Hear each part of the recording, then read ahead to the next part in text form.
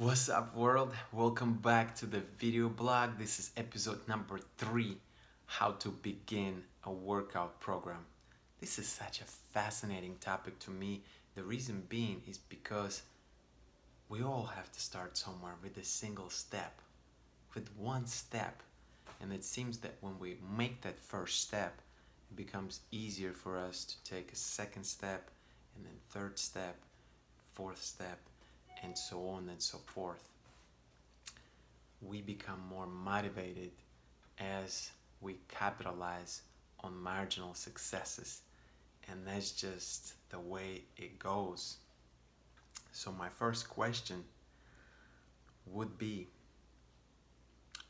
what is the purpose? What is the purpose of starting? And it's a very important question. And the reason is, when we have a purpose and we have a meaning, it changes the entire process. It changes our approach. It changes how we go about this process on a daily basis. If we have a purpose in mind to accomplish a particular fitness goal, and we are truly connected with that purpose, the journey is going to be different. 100%. You're going to come to the gym feeling inspired, feeling motivated, feeling that you cannot wait to get to the next workout because you are connected. You are thriving, you are striving, you are reaching for that goal every single time. So that connection is super important. So when you create that fitness goal of yours, ask yourself that question. Is this goal truly important to me? Is this goal specific enough? Is this goal really talking to me and I can feel it like in my heart? Like yes. So doing it for the right reasons and connecting with your goal is number one. All right? Number one. Then the next thing is determining your starting point.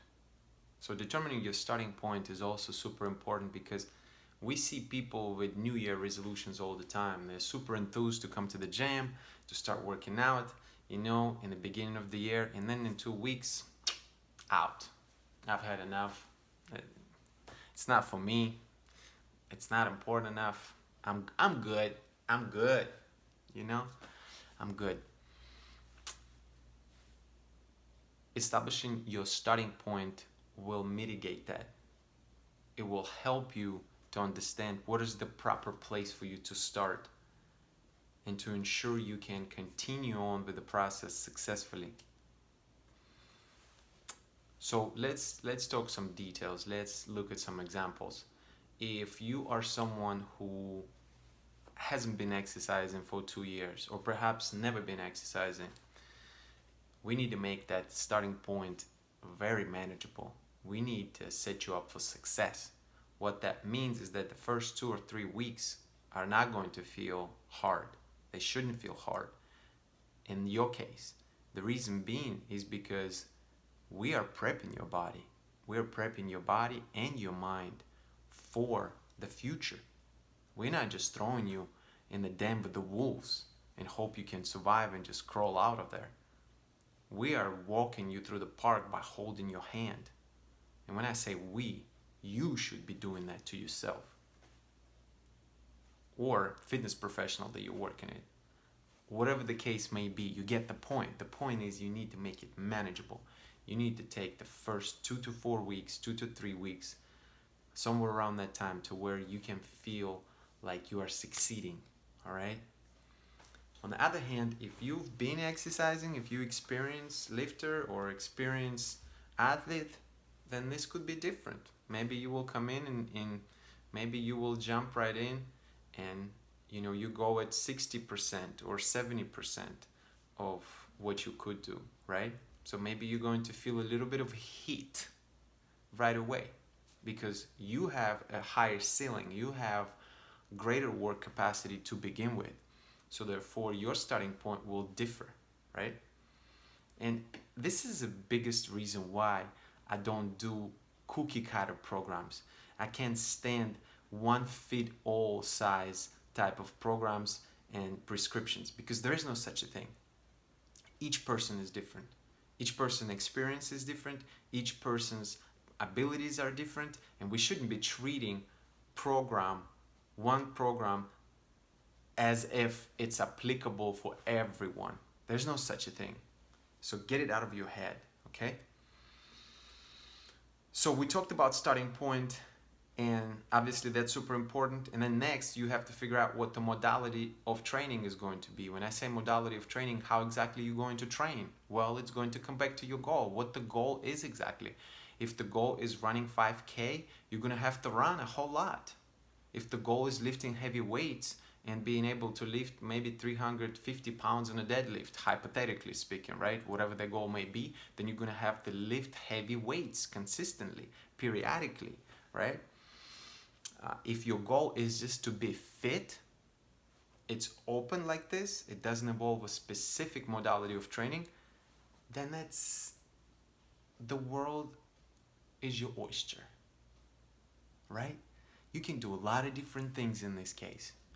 You can do running, you can do weightlifting, you can do swimming, you can do playing with the dog in the park. I mean, you can do combination of those things. Movement is the key. Calorie burning is the key.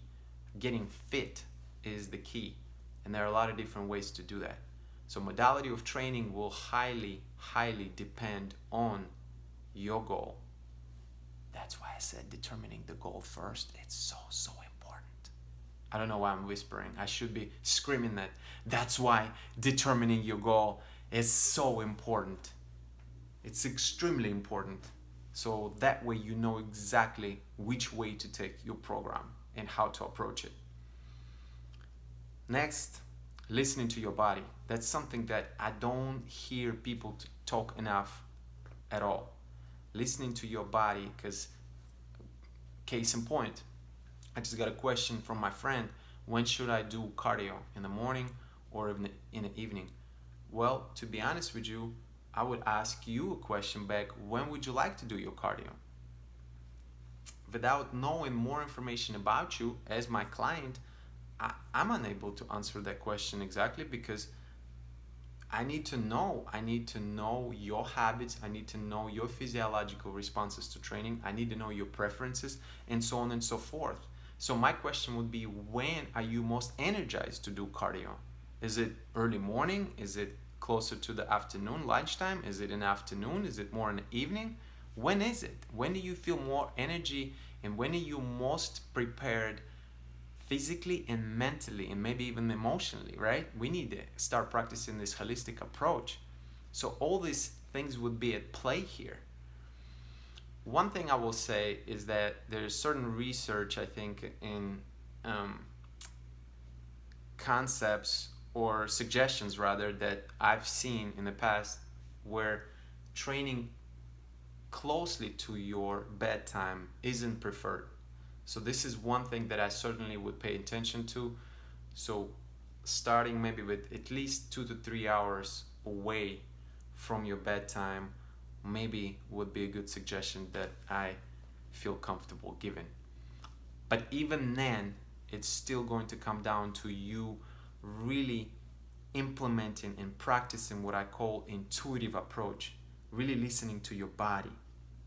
And maybe even this not going to work for you. Maybe you are a night owl. Maybe like you have to do it later. And so you're going to have to experiment and find out what is the appropriate time for you to train, and what is the best way for you to train. What else is important to mention in this particular episode? I know.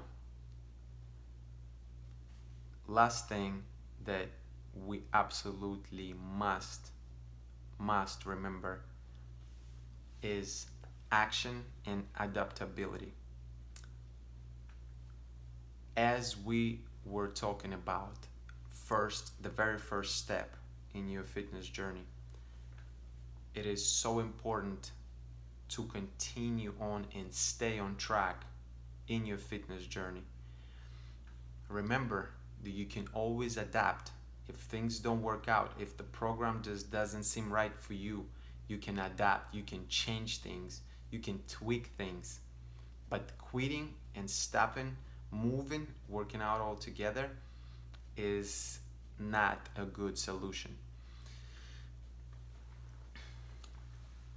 Being able to adapt is going to be far more important trait to adapt than just, man, this is even hard to articulate. The reason being is because, to me, action and adaptability is just the game. Action, execution, and adaptability. Because really, at the end of the day, if you're doing something, you are going to improve. Maybe those are marginal improvements, but you're still going to improve. So really, one of the biggest takeaways from this video, just please don't stop to do something. Something is always better than nothing. And you can always make adjustments as you go. Remember, you don't have to be locked in any one particular way of thinking, in any one particular program, unless, again, you have a very specific goal.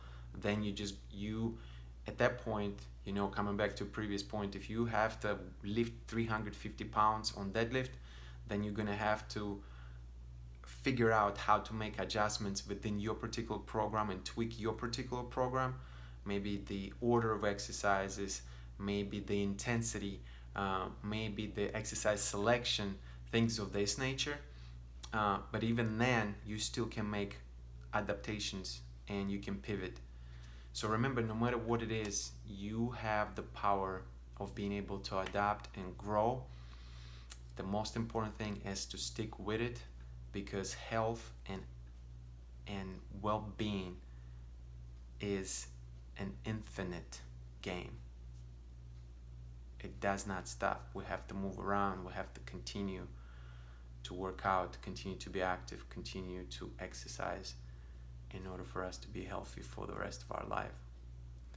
I hope this was helpful to you. Please, let's connect. Let's have a dialogue. Love to see your comments. Love to hear your thoughts. I hope you're staying positive, you're staying strong, staying optimistic. Have a wonderful day. Never stop learning, my friends. Be well, and never stop learning, my friends. Take care.